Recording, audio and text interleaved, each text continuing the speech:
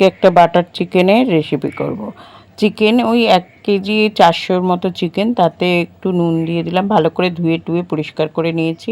এবারে নুন দিয়ে দিলাম, দিয়ে আর টক দই প্রায় হাফ কাপের ওপরে টক দই, আদা রসুন বাটা, আর এদিকে মরিচ গুঁড়ো, একটু গরম মশলার গুঁড়ো, কাঁচা লঙ্কা বাটা, সাদা তেল, হ্যাঁ এইগুলো দিয়ে ভালো করে মিশিয়ে আধ ঘন্টা একটু কাশ্মীরি মির্চ দিয়েছি, আধ ঘন্টা হোক 1 ঘন্টা হোক ম্যারিনেট ভালো করে, কিন্তু ভালো করে মেশাতে হবে। মিশিয়ে আধ ঘন্টা হোক 1 ঘন্টা হোক ম্যারিনেট করে রেখে দিতে হবে। কাঁচা লঙ্কা বাটা দিয়েছি, যার ইচ্ছা হবে সে শুকনো লঙ্কার গুঁড়ো দিতে পারে, আমি কাঁচা লঙ্কা দিয়েছি আর একটু ওই কাশ্মীরি মির্চ দিয়েছি, দিয়ে ম্যারিনেট করে রেখে দিয়েছি। ভালো করে চটকে চটকে আর কি মিশিয়ে ম্যারিনেট করে রেখে দিতে হবে।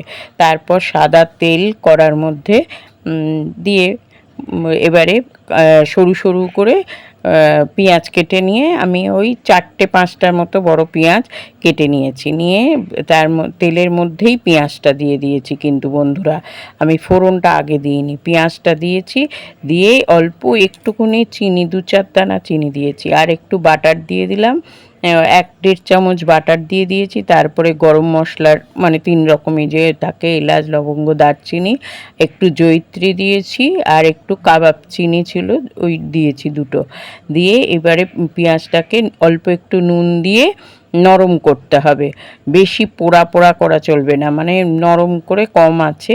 এবারে ওই মাংসটাকে ঢেলে দিতে হবে, মাংসটা ঢেলে দিয়ে কষে ভালো করে চাপা দিয়ে দিয়ে এটা রান্না করতে হবে বন্ধুরা। চাপা দিয়ে দিয়ে রান্না করলে পরে ওই জলেতেই, আর একটুও জল পড়বে না এতে।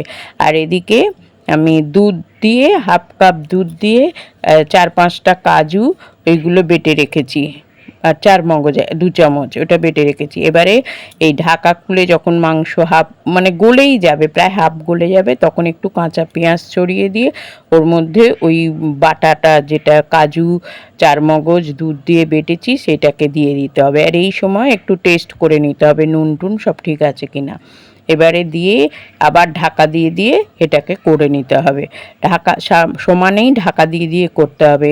এই জলেতেই গলবে, এটা এক্সট্রা জল পড়বে না, ওই হাফ কাপ দুধ পড়বে শুধু। এবারে হয়ে গেলে পরে এর মধ্যে ওই গরম মশলা গুঁড়ো, আবার 1 চামচ বাটার, আর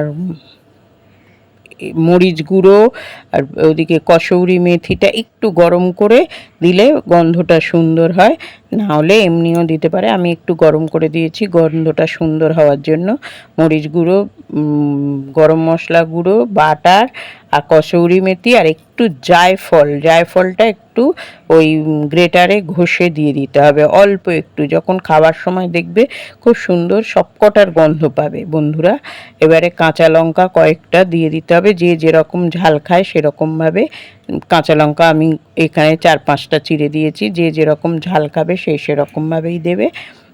এইতে এবার লাস্টে একটু ক্রিম দিলে খুবই ভালো হয়।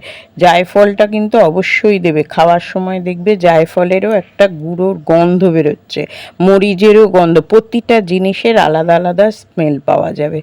এবারে ওই ক্রিমটা দিয়ে আর ঢাকা দিয়ে রাখতে হবে, ক্রিমটা দিলে পরে এটা আর একটু সুন্দর হয় খেতে আর কি। ক্রিম না থাকলে না দেবে, কিছু করার নেই বন্ধুরা। ভালো। কি খাচ্ছিস এটা? Butter chicken. এমন সময় তুমি বলো কিরম হয়েছে? ভালো হয়েছে।